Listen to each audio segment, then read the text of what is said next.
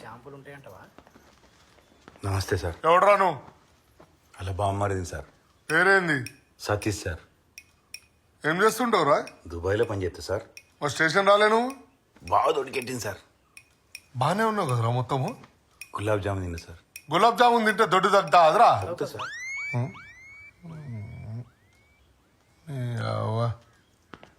నువ్వెవడరా? ఆయన తమ్ముని సార్. పేరేం పేరు నీది? రాజేశం. ఏం చేస్తుంటావు? ఆటో నడుపుతుంటా సార్. నీ పేరేం పేర్రా? ఆడు చిన్నగాడు సార్. ఏం చదువుతున్నావు? ఇంటర్ చదువుతాడు సార్. ఇంటర్ చదువుతుండా? అరే నేను ఏడనో చూసినారా? సార్ ఎవరినో చూసి ఎవరో అనుకుంటారు సార్. కాదు కాదు, అరే పోయిన నెల దోస్తులతోటి బెట్టింగ్ ఆడుకుంటూ దొరికినావు కదరా? ఓ రోజు మొత్తం స్టేషన్లో కూర్చున్నావు. మీ అయ్యని తీసుకురారా అంటే మా అయ్య చచ్చిపోయిందని చెప్పినావు. నువ్వే కదా పెద్ద పొరంపోకు నా కొడుకురా నువ్వు. నా కొడుకు సార్ ఆడు. అట్లానా? గొప్ప కొడుకు. చూడుర్రి, ఇక్కడ పరిస్థితి మొత్తం చూసిన తర్వాత నాకు ఒకటి అర్థమైంది. ఇదైతే బయట దొంగలు చేసిన పని అయితే కాదు. బయట దొంగలు వచ్చుంటే ఒకవేళ ఇల్లు మొత్తం చిందరవందరు చేసి వస్తువులన్నీ ఎత్తికిపెట్టేవాళ్ళు. కానీ ఇక్కడ మాత్రం ఎక్కడ వస్తువులు అక్కడే ఉన్నాయి, ఎక్కడ తాళాలు అక్కడే ఉన్నాయి, ఒక్క హారం మాత్రం పోయింది. అంటే దీన్ని బట్టి మనకేమర్థమైంది? ఇంటి గురించి ఎవరో బాగా తెలిసిన వ్యక్తులు, నమ్మకస్తులు మాత్రమే తీసుండాలి. ఓ పని చేద్దాం, అందరూ నడండి స్టేషన్కి. ఒక్కొక్కరిని ఎంక్వైరీ చేసిన తర్వాత నిజమేందో బయట పెడదాం. నడురు. నేను చచ్చినారా?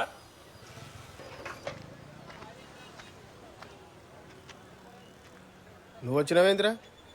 పొద్దుట్లుండా షట్టర్ తీయాలి. ఫోన్ చేస్తేనే ఎత్తలేడు. ఇక తాళాల కోసం మన ఇంటికి పోతే ముసలి గిట్ల సంగతి అని చెప్పింది. మరి ఏమైందా అని చూసి వదామని వచ్చిన. లోపల గింతసేపు ఏం చేస్తురంటవరా? అన్నీ అడతారు కదరా. కాతేంది, కార్ఖానం ఏంది, ఎవరెవరు వచ్చేటోళ్ళు, ఎవరి మీద అనుమానం ఉంది అన్నీ అడుగుతారు. ఇక అట్లా కాదు, 10 రోజులు ఇంటి తాళాలు ఏడా పడతాడు, పడేస్తాడా అని. ఏ మనిషో ఏమో. నిజమేరా. అరే నువ్వేమనుకున్నా సరేరా, మీ అన్న పెద్ద వేస్ట్ గారు. తాళాలు ఎక్కడ పడితే అక్కడ పడతారా? అరే నువ్వు నేను వినా సరే, మనం లేనప్పుడు వేరేటోడు పోవడానికి నమ్మకం ఏముందిరా? అరే ఇన్ని రోజులు సంది మా అన్నగాడని ఊకున్నా గాని ఆనంత నల్లి కుట్లోడు ఇంకొడలేడురా. ఆయనకి ఏం చెప్పిన ఇంతేరా, అస్సలు పట్టించుకోడు. అరే నువ్వు అన్నట్టు జాగ్రత్తగా ఉంటే ఈ పరిస్థితి వచ్చేదా? ఇదొక్కటే కాదు, అన్నిట్లింతే నా పుతాట్లోడు. నాకు ఇంకా గుర్తుంది, నేను వండుకున్నప్పుడు బీరువా సప్పుడు వచ్చింది. ఆ పిల్లో ఏమో అనుకున్నా, ఇంత పెద్ద ముచ్చట అవుతుందని తెలియదు. అరే లాస్ట్ రోజు తెల్లారలేదు చూస్తే తలుపులని తెరబెట్టున్నాయి. సోయి లేకుండా పంది పన్నట్టు నీ అమ్మ కాలార చెప్పుకొని ఏం మనిషో ఏమో. పండేటప్పుడు తలుపులు కూడా మూసుకునే సోయలేదారా ఈయన బీత్రి ముఖంలో సేపు. అవు అరే అత్తండ్రా. రేయ్, నేను ఎస్ఐ సార్ పిలుస్తాడు, పో. సరే పోయేత్తా. అవును కానీ మొన్నటిదాకా మీ తమ్ముడు అప్పు పైసలు కట్టాలని బాగా తనలాడాను కదనే. ఇంతకు ఎట్లా కట్టిండే? బావా నేను ఇట్లా అంటున్నాను తప్పుగా అనుకోకు. ఆ బంగారం మీ తమ్ముడే తీసుంటాడు అనిపిస్తుంది బావా. రేయ్, ఏం మాట్లాడుతున్నావు రా? మొన్నటిదాకా పైసల కోసం మస్తు అల్లాడిండు, కింద మీద అయిండు.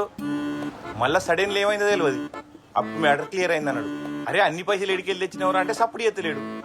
ఏమన్నా అంటే తర్వాత చెప్తా అంటుండు. అసలు నీకు ఎందుకు అంటుండు? నీకు నాకు తెలియకుండా అని పైసలు ఇచ్చుడవాడు బావా.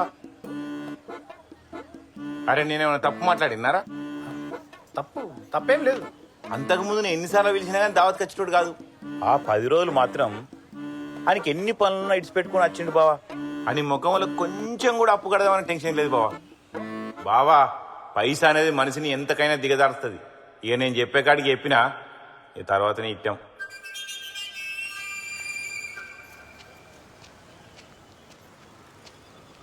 అరే సార్ అమ్మటను పో.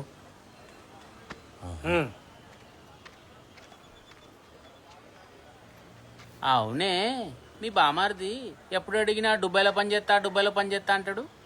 అసలు ఇంతకేం పని చేస్తాడే? ఆడేం చేస్తాడ్రా, ఎన్నడన్నా అంగబడి పని చేసే మొక్కమేనారా అంది.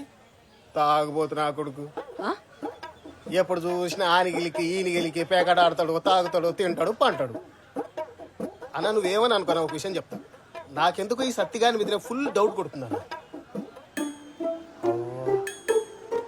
వాడు దుబాయ్లో పని చేస్తున్నా అంటాడు కానీ వాడు ఏం పని చేస్తాడు, ఎంత సంపాదిస్తాడో చెప్పాడు కానీ ఈడికి వచ్చినాక మాత్రం ఫుల్ ఆఫీసర్ లెక్క ఫుల్ బిల్డప్ కొట్టుకుంటా ఈ అమ్మ ఇష్టం వచ్చినట్టు పైసలు ఖర్చు పెడతాడన్న.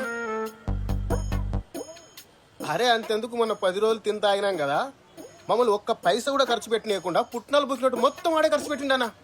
అవును, నన్ను కూడా ఒక రూపాయి పెట్టనీయలేదు. అరే నా అవసరానికి పైసలు అడిగితే రూపాయి లేదన్నాడన్నా. ఏంది అంటే నాకు లేదని కాదు, చెప్తానా అన్నా. పైసా విలువ తెలిసినోడు, కష్టపడి సంపాదించినోడు ఎవ్వడి ఇట్లా ఖర్చు పెట్టాడన్నా.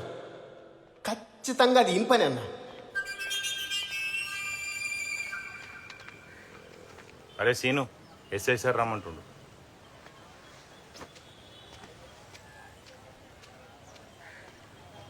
సార్ ఏమన్నా అంటే అన్నారనుకుంటారు కానీ మీరు అట్టి ఎడ్డోళ్ళు సార్. ఎవరిని పడితే వాడిని గుడ్డిగా నమ్ముతారు. అసలు ఇప్పుడు లోపలికి పోయినాడు ఎవడు సార్? మీ సుట్టపోడా పక్కపోడా? నాకు తెలిసి ఆడే పైసలు అవసరం ఉండి తీసుంటాడు. ఎంతైనా మీరు ఒకటే, రక్త సంబంధం. అవు, మిమ్మల్ని మీరైతే మోసం చేసుకోరుగా. ఏ మా దగ్గర అసలు నడవు, మేమంతా ఒకటే. ఏహే, మనంత వేరే ఉంటది. అవు, మనం ఎంత కాదనుకున్నా మనోళ్ళే, బయటోడే. ఏయ్ ఉండరా. ఇదే నిజం. సార్ పిలుస్తుండు పో. పోలీసు వాళ్ళకి దండం రయ్యా. ఇన్ని రోజుల సంధి బీరువా తలాలు నీకు నాకు తప్ప ఎవ్వరికి తెలియదు అనుకున్నా. ఏ ఇండ్లలో పనిచేసేటోళ్ళని అస్సలు నమ్మొద్దు. అవురా, గిన్ని రోజుల సంధి ఉంటుంది కదా, మరి ఒక్క ముచ్చట అమ్మా గిట్ట తాళాల పడ్డాయి నేను చూసినా అని చెప్పిందా? గట్లాడ దాన్ని ఎట్లా నమ్మంటావు? అవు, మీకు గుర్తున్నదా? మీ ఇంట్లో పనిచేసే కంటే ముందు వేరే ఇంట్లో చేసేటప్పుడు వాళ్ళ ఇంట్లో కూడా సేమ్ గిట్లనే దొంగతనాలు అయినాయి. ఎప్పుడైతే దీని పనులకి వెళ్ళి తీసేసిర్రో గప్పటి నుండి వాళ్ళ ఇంట్లో గిది పోయిందని ముచ్చటే బంద్ అయింది. నువ్వేమో గొసండి దాన్ని తీసుకొచ్చి పనులా పెట్టుకుంటివి. అన్నా తాళం చేతులేడనేవో దానికి తెలుసు. నువ్వు తానానికి పోయినప్పుడు బూ తింటున్నప్పుడు బీరువులకి వెళ్ళి అటుక్కుని తీసుకుని పుట్టుకుని వేసుకుంటే అయిపోయి. ఏ పాటు చెప్పు 10 నిమిషాల పని. అరే 10 నిమిషాల ఇంటికి రా, 2 నిమిషాలు కూడా పట్టదు. అవురా, అప్పుడప్పుడు నా జోబులకి వెళ్ళి కూడా పైసలు పోతుండే, కానీ నేను ఎప్పుడు అంత పట్టించుకోలే. ఖచ్చితంగా ఈ బౌరూపుల్లో ఏదో లంగేషం వేసి ఉంటది. చిన్న సార్ పిలుస్తుండు.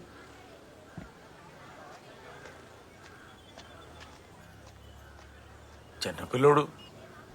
చిన్నపిల్లోడా? మీరందరు కలిసి గౌరవం బాగా చేస్తున్నారు వానికి. అస్సలు భయం లేకుండా పెరుగుతుండు వాడు.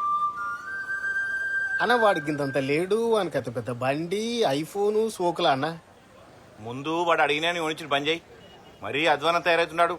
మొన్న మధ్యలో బండి ఎదురని అడిగితే సర్వీసింగ్కి ఇచ్చినా అన్నాడు. ఎవడన్నా బండి సర్వీసింగ్కి ఇస్తే 2 రోజులు 3 రోజులు ఉంచుకుంటాడు కానీ 20 రోజులు ఉంచుకుంటాడా బావా? నాకు తెలిసి వాడు బెట్టింగ్ లేనో బండి కుదబెట్టుంటాడు. దాన్ని ఇడిపియనీకే ఈ లంగేషం వేసి ఉంటాడు. ఎస్ఐ సారే అని గురించి గంతగానం చెప్పిండంటే ఇక చూసినావా కథలాని ఎట్లున్నాయో. మామ నీకు అర్థమైతే లేదు, కూరగాయలు ఎట్లా తయారవుతుర్రో. చిల్లర పనులు చేస్తారు బెట్టింగ్ పేర్ల మీద, దేనికైనా తెగిస్తారు తెలుసా? ఇవాళ రేపు పోరగాళ్ళని అస్సలు నమ్మొద్దు. నాన్నోయ్ అందరిని ఎస్ఐ సార్ రమ్మంటాండు.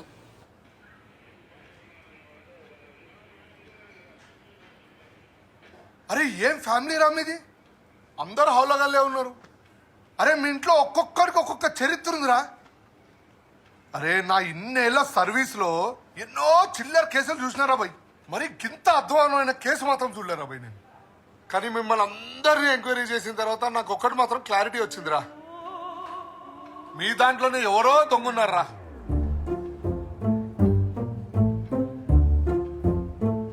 చాలా తెలివిగా దొంగతనం చేసి ఉట్టే తప్పించేసుకుందామని ఆలోచిస్తారు. చూడు పెద్ద మనిషి, సార్ మంచిగా ఆలోచించి నువ్వైతే కేసు ఫైల్ చేయి. ఒక్కసారి ఎఫ్ఐఆర్ బుక్ అయిన తర్వాత నా స్టైల్లో నేను ఎంక్వైరీ చేసి చూపిస్తా. ఇలా దొంగ ఎట్లా దొరకడో నేను చూస్తా. మీ అందరికి ఉన్నదిరా భర్త పూజ ఒక్కొక్కడికి.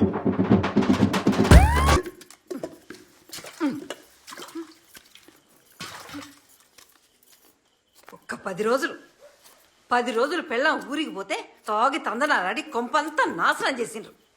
పోయేటప్పుడు 1కి 100 సార్లు చెప్పిన ఇల్లు పైలం జర జాగ్రత్తగా ఉండు అని. రామ రామ రామ చెప్పి నా నోరు ఖరాబ్ అయింది కానీ ఈ మనిషికి ఇంత కూడా లేదు. నీ తాగుడు కగ్గి తగల. అమ్మా ఏదో మాడిపోతుందే. అయ్యో